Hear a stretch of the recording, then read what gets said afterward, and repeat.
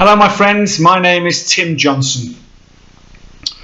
In response to a lot of requests, I'm going to talk today about withdrawal, alcohol withdrawal, or alcohol withdrawal syndrome as it's known.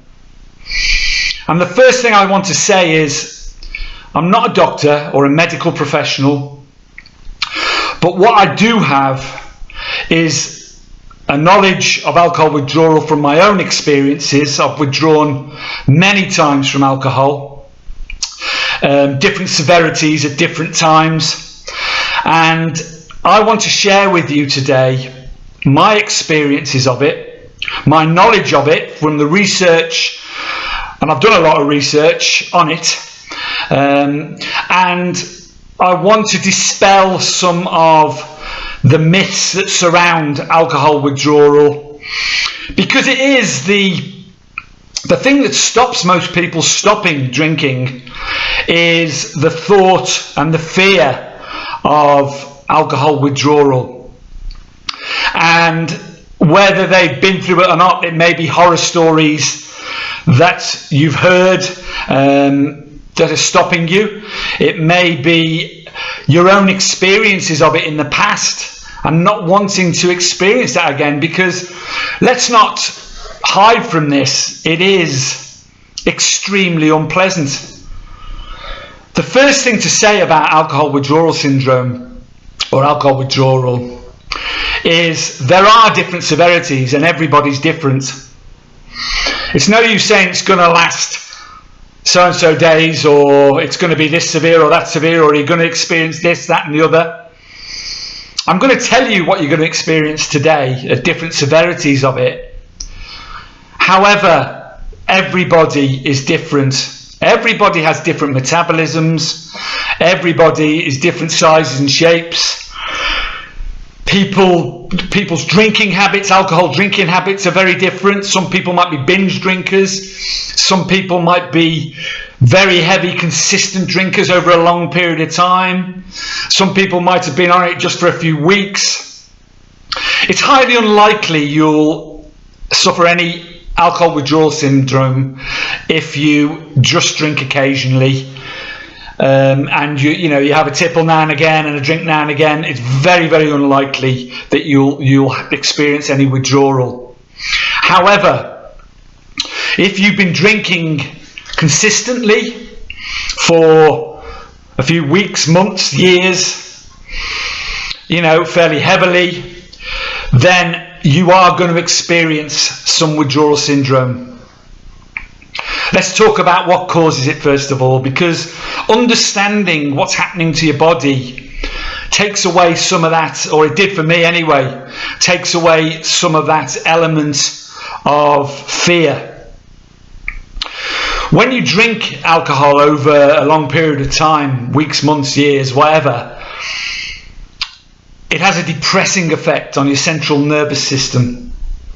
It sedates you. It's a sedative. It slows down your brain, and your body has to work a lot harder, to keep your brain alert and to keep functions going on in your body. It tries to balance, it tries to achieve homeostasis all the time. That's the miracle of your body. So your body works harder to keep your brain alert. And over a period of time, if you drink consistently, your body relies on that alcohol. It starts to get used to the fact that it has to work harder to keep your brain alert. And various chemicals stop being made. Some are made in excess, some are stopped being made. Your body relies on the alcohol to function. Over a long period of time, it becomes dependent on it. Now, when you suddenly stop, or even if you're a very, very heavy drinker, just ease down, what happens is your body goes into a state of alarm. And all of a sudden, that depressing effect on your central nervous system is taken, but your body is still producing floods of these chemicals, and it can't stop because it just doesn't stop overnight. It doesn't balance overnight. and suddenly your body is, without the alcohol drinking, is flooded with all these chemicals such as adrenaline and norepinephrine and all those sort of things, stimulants. Your body goes into a state of alarm, your brain goes into a state of alarm, your nerves aren't communicating properly, certain chemicals in your brain aren't being made, and that's what sends you into this alcohol withdrawal syndrome. Now, what can you expect from it? What does it feel like? And as I say, I'm speaking, not as a medical professional, but from experience.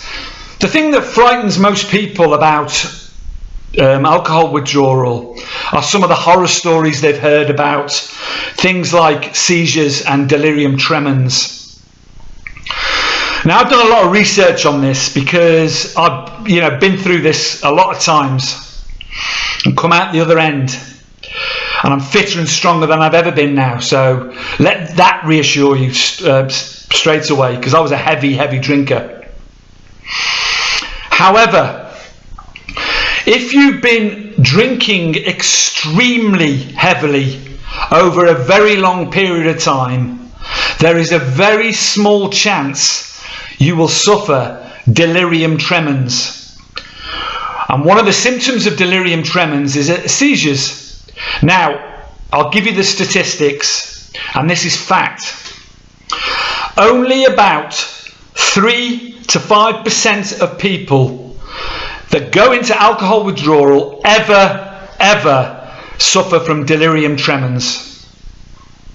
However, that doesn't mean it doesn't exist. There's no point in turning your back on it and denying it. If you think you've been drinking so heavily for so long that there is a chance that you will suffer from this, or if you've had seizures in the past that aren't alcohol related, such as epileptic seizures and such like, that means there's more of a chance of you suffering a seizure.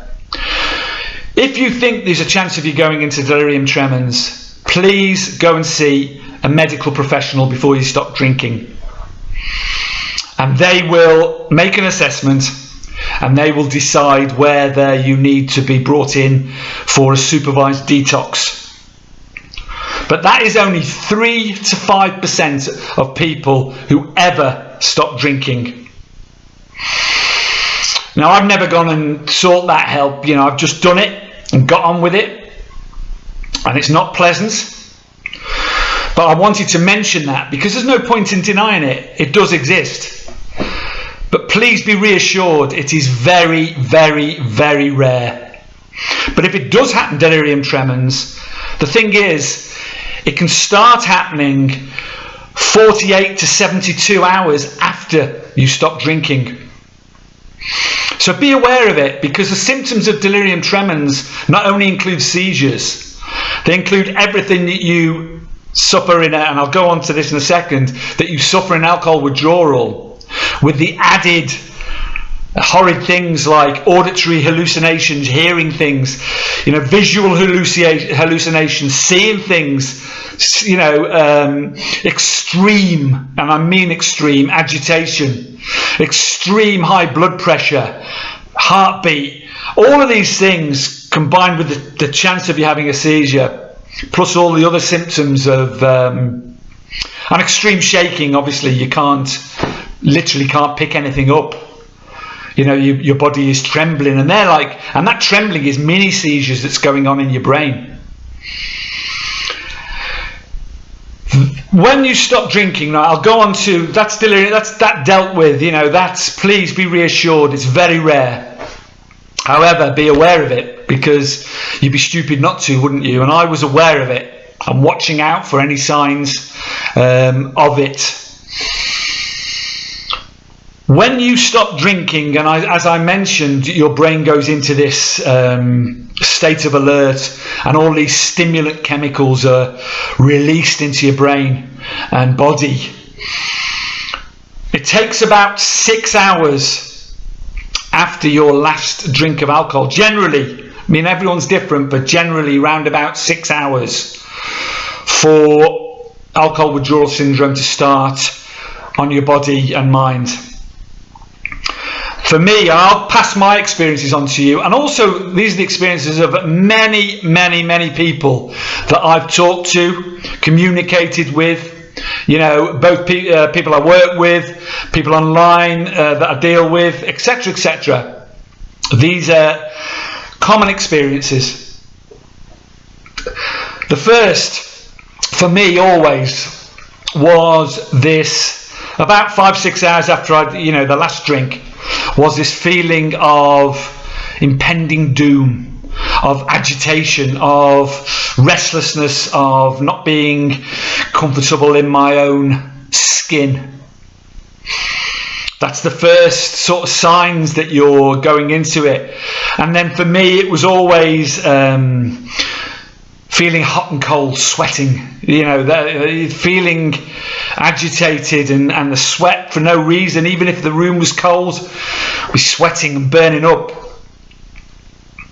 As it progresses into sort of 12 hours or so, then the more unpleasant symptoms start for me, or did for me. And they included a racing heartbeat. So now I'm, as I train a lot and I keep myself very fit and eat well, my resting heartbeat is round about 55 to 60 generally when I'm resting, which is good, it's fitness. When I was taking my pulse in withdrawal, it was about 110 or 120. And that can be extremely frightening, because that agitation also makes makes the heartbeat faster, because you're more agitated, you're frightened. So the sweating and that agitation, the heartbeat, high blood pressure, you feel yourself sort of burning up and going red. You can feel that happening. Shaking. I mentioned shaking with the delirium tremens, but at any sort of alcohol withdrawal, you shake, particularly your hands. And that can be disconcerting, because it's very difficult to even pick up a glass of water and drink.